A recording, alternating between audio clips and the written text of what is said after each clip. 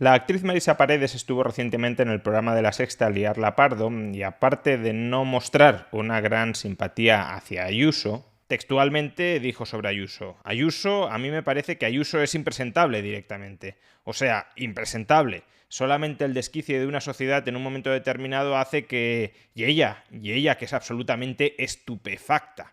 Aparte, digo, de no mostrar una gran simpatía hacia Ayuso, efectuó las siguientes declaraciones que se han viralizado por la red. Vamos a hacer que la gente pague impuestos de verdad. Los que más tienen, que paguen más. Es que eso es la lógica de la vida. La única manera de que un país funcione es que se paguen impuestos. En todos los países se pagan impuestos. Evidentemente en todos los países se pagan impuestos porque en caso contrario no habría Estado. El Estado se fundamenta sobre la capacidad de extracción de recursos y si no extrajera recursos no existiría Estado. Pero la cuestión no es tanto si en todos los países se pagan impuestos, también por cierto en España, sino si hay que pagar más o menos impuestos. Y Marisa Paredes está claramente apostando porque hay que pagar más impuestos porque, según nos dice, la clave de la civilización y del progreso y del desarrollo es que se paguen muchos más impuestos. Pero esta es una conclusión que desde luego ya se saca absolutamente de la manga. Es verdad que tenemos estados donde se pagan muchos impuestos y que tienen un nivel de desarrollo relativamente elevado, de manera paradigmática a los países nórdicos, pero también tenemos otros ejemplos de países donde se pagan menos impuestos que en España y que tienen un nivel de desarrollo más elevado, por supuesto, que el de España y también en algunos casos más elevado que los países nórdicos. Por ejemplo, en el año 2019 y de acuerdo con la OCDE, los ingresos de origen fiscal, los ingresos impositivos de España, representaban el 34,6% del PIB. Y sin embargo, teníamos otros países que eran tan ricos o más ricos que España que dentro de la OCDE, no digamos fuera de la OCDE, pero que dentro de la OCDE tenían una presión fiscal más reducida que la de España. Por ejemplo, Canadá, 33,5%, Estonia, 33%, Reino Unido, 33%, Nueva Zelanda, 32,3%,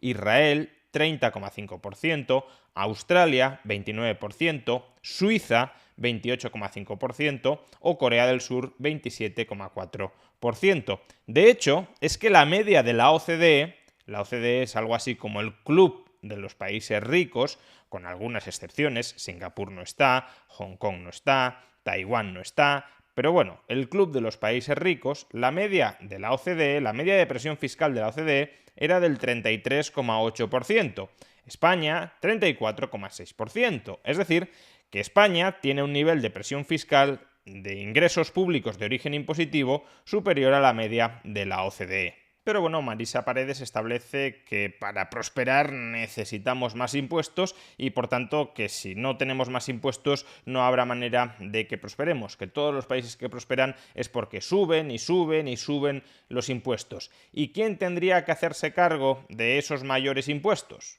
Pues los más ricos, ¿cómo no? Se le olvida mencionar, claro, a Marisa Paredes que una vez el Estado ya alcanza un tamaño absolutamente desbocado, no es posible que los impuestos sigan subiendo solo a costa de los más ricos. Cuando el Estado ya pesa el 40, el 50, el 60% del PIB, necesariamente el crecimiento adicional del Estado no procede a costa de los más ricos, sino del conjunto de la sociedad. Los estados que tienen una presión fiscal más elevada, como los países nórdicos o como Francia, no son países que extraigan esos recursos única o mayoritariamente de los más ricos, sino que lo extraen del conjunto de la población. Por tanto, no es verdad que la voracidad fiscal se concentre solo sobre los más ricos. Los más ricos son la excusa para que los no tan ricos acepten mansamente, agachen la cabeza frente a la rapiña fiscal generalizada. En todo caso, el discurso de Marisa Paredes es bastante mainstream, está bastante extendido. Necesitamos un Estado más grande, necesitamos para ello más ingresos públicos y, evidentemente, como no queremos decir que hay que subirle los impuestos a todo el mundo, vamos a decir que esos ingresos públicos tienen que proceder de los más ricos, que los más ricos porque ganan más, tienen que pagar más, como si no lo estuviesen haciendo ya en España. España ya tiene impuestos progresivos, como el IRPF, el tipo marginal máximo en el IRPF llega hasta el 54% en algunas autonomías como Valencia, en el conjunto de España 47% sin contar los ajustes autonómicos, y por tanto eso ya se da. Pero bueno, sigamos diciendo que los más ricos no pagan lo suficiente y que tienen que pagar todavía más para que el sistema sea verdaderamente progresivo. Lo llamativo, sin embargo, llegó en este segundo tramo de la entrevista, después de que Marisa Paredes nos ha dicho que los más ricos tienen que pagar más porque ningún país funciona sin impuestos, funciona sin una amplia recaudación. Fijémonos en la coletilla que añade. La única manera de que un país funcione es que se paguen impuestos. En todos los países se pagan impuestos. La cultura tiene que pagar menos impuestos, que estamos pagando un 21%, y eso es un disparate. En todos los países se paga un 6, un 8, un 10 y aquí un 21%. Anda, que todos tienen que pagar más impuestos, especialmente los más ricos, pero casualmente el mundo de la cultura tiene que pagar menos impuestos. Hay que bajar el IVA a la cultura porque, evidentemente, los consumidores compran en función del precio después de impuestos de los productos culturales.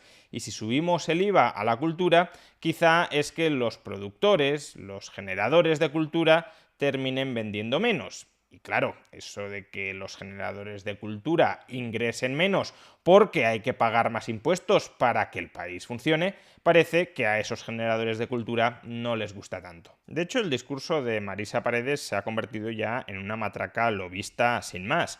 ¿Por qué razón? Porque el IVA de lo que podríamos llamar la cultura en España, si bien no existe un IVA destinado a la cultura, existe un IVA destinado a productos que podemos juzgar culturales, como el cine, el teatro o los libros, el IVA de la cultura ya no está en el 21%, está en el 10%. El último producto cultural cuyo IVA quedaba por rebajar era el del cine, y ya se hizo hace un par de años, y por cierto, los cineastas absorbieron más del 60% de la reducción del IVA que no repercutió sobre el consumidor. Es decir, que la mayor parte de la rebaja del IVA al cine fue en realidad una rebaja de los impuestos que pagaba la industria del cine. Digo, el último producto cultural cuyo IVA se rebajó fue el del cine y por tanto ya no hay IVA a la cultura del 21%. Marisa Paredes repite una consigna propia de un lobby.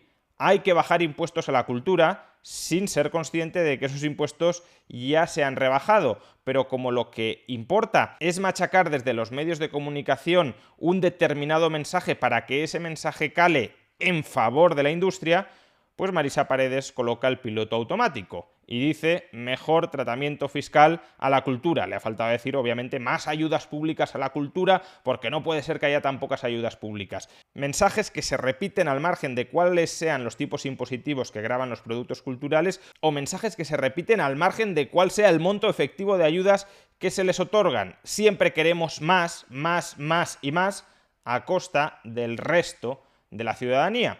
Y lo llamativo no es tanto que Marisa Paredes haga lobby desde la televisión para extraer recursos del resto de la población a través del sector público, es que lo hace un segundo después de acabar de decir que hay que pagar más impuestos y que los que tienen más, por ejemplo ella, tienen que pagar muchos más impuestos. Sí, todos tienen que pagar más impuestos, menos yo. A mí, bájamelos. Que sean otros los que terminen pagando el tipo de Estado que yo creo que sería bueno para esos que lo terminan pagando, aunque yo no lo pague. De hecho, aunque yo esté extrayendo rentas de esos otros que están pagando religiosamente los impuestos que yo defiendo que tienen que incrementarles para mantener, como digo, el modelo de Estado que quiero yo y que quizá ellos no quieran.